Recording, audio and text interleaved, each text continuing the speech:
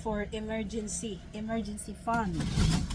So I think yun ang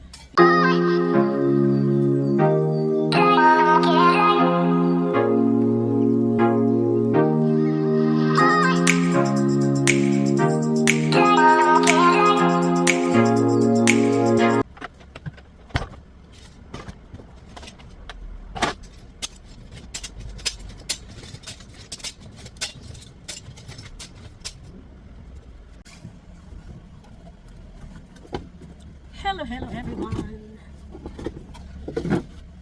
So kung ano-anong ginagawa natin dito. Kumusta kayong lahat? Happy Wednesday. Ngayon ay June 3. Holiday dito sa Korea dahil election day ng mga mayor. So nakabuto na kami, dalawa ni Daddy Abdullah.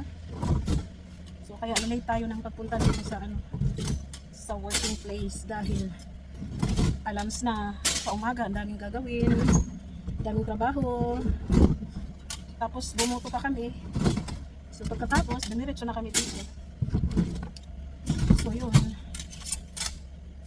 So ang topic na pala natin today ay meron akong siyempre hindi ko lang pwedeng i-share ng lahat-lahat kasi maabot ng 6 hours ang magiging video natin, yung i-share natin kaagad-agad lahat. So, meron akong i-share na naman about sa dito sa Korea.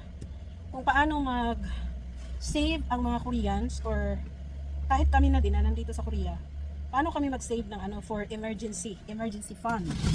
So, I think yun ang pinaka-importante din.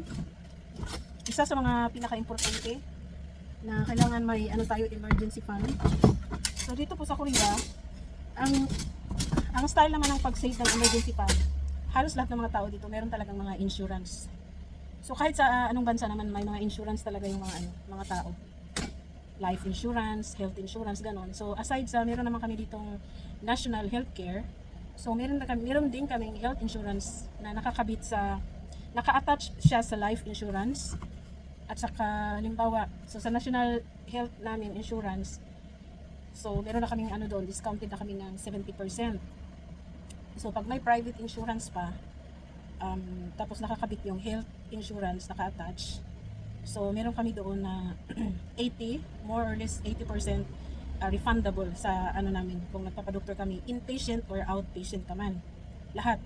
So kaya kahit meron akong hindi naman masyadong masakit, pero kasi nagkaedad-edad na tayo for preparation na para di tayo mapuruhan. So, talaga ako, nagpapa-therapy. So, including lahat yan, refundable lahat yan. So, meron pa kaming, discounted pa kami sa aming national healthcare, plus meron pa kaming private insurance na nakakabit yung, sa life insurance, na nakakabit yung healthcare.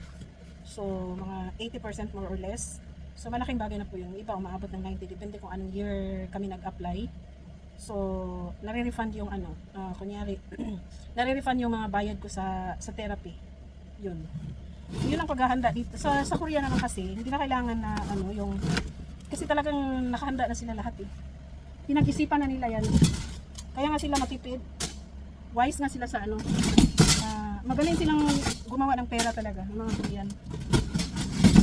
At syempre kami, nandito na kami, matagal na kami dito, ilang dekada na, so na-adapt na din namin. At saka si Daddy Abdullah talaga, kahit hindi pa yan mag-adapt, ganun talagang ugali niyan, magaling mag-save.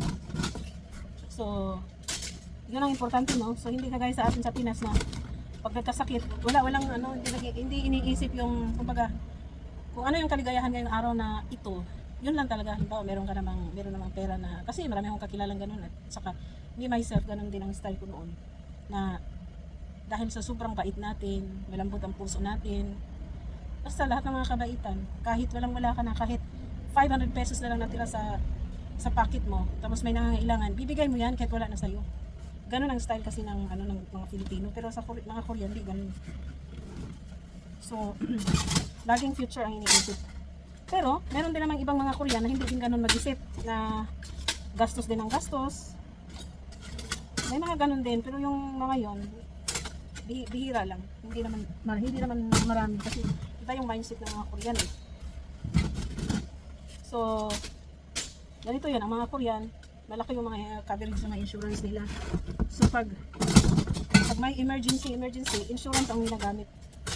Dalhin mo lang yung insurance policy mo sa ano, tapos papakita mo. Dito naman kasi sa Korea, ma-admit naman ang pasyente kahit walang down payment. Ganun po kasi dito, kasi ano dito, save life. So hindi yun save money. Sa Philippines kasi kung wala kang pan-down, hindi ka rin ano, hindi ka rin i-entertain, pero dito iba. Saka na lang magbayad ng bill.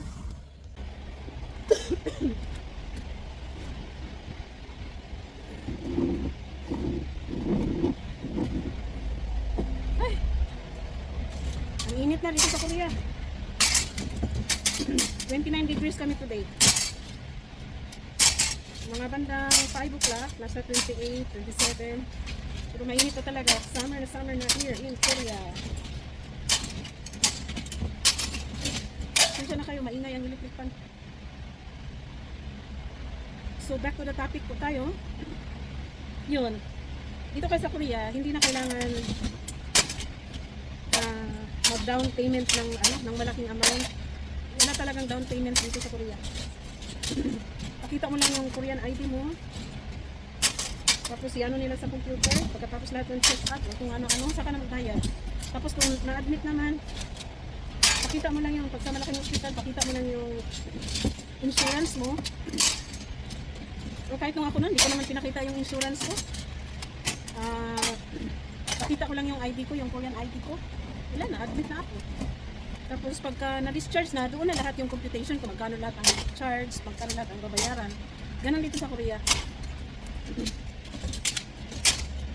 At saka yung about emergency fund talaga dito sa Korea, hindi na problema kasi dahil sa ganda din ng hospitalization dito, ang mga tao din dito, ano talaga, well-disciplined pagdating sa pera.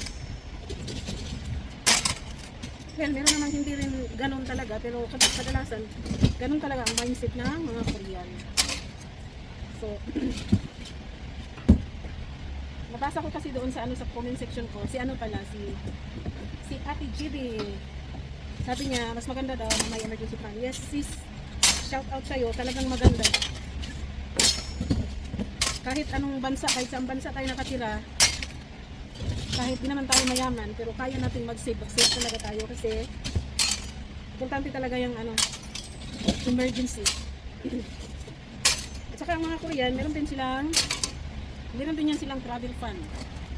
Ginagaya ko din sila. May mga travel fund ang mga Korean. So pag halimbawa gusto nilang pumunta ng ganito ganyan, magka-swak yung mga time nila, ayan, travel na kaagad yan. Kasi may mga emergency fund, may travel fund, lahat ng mga funds meron sila. So, ako din, kasi nandito na ako, at nagkakaedad na tayo, I think we are matured enough na para sa mga buhay-buhay natin. So, naka-adapt ko na din. Parang maingay. Pasensya na kayo, maingay yung ano. Ano to yung ginagawa ko? Mga scrap ko ito. So, in-demand ko ito sa ibang bansa. Scrap ng computer.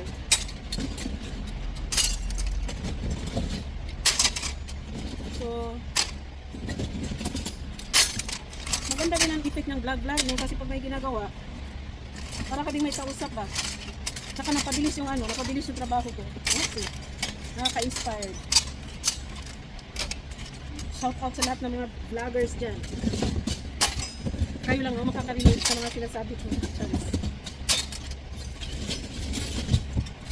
So, yun lang muna i-share ko ngayon para hindi na tayo haba. Next time naman ulit. Kasi mahirap mag-vlog ng sobrang habang-haba. So, thank you nga pala sa inyong lahat. Maraming salamat. Shout out sa aking mga followers, mga subscribers, both new and old subscribers. Saka sa bagong mga pumapasok, sa mga bagong pumasok at papasok pa sa aking channel. Welcome tayong lahat. Sa mga loyal supporter natin dyan, na mula noon hanggang ngayon, nandito pa rin. Maraming salamat sa inyo. Mag-ingat kayo. Shout out sa inyong lahat. At saka mag-ingat kayong lahat. So see you on my next vlog. See you around, guys. God bless everyone. Bye. Tapusin ko muna itong trabaho ko. Kaya, pagalitan tayo sa ating amo.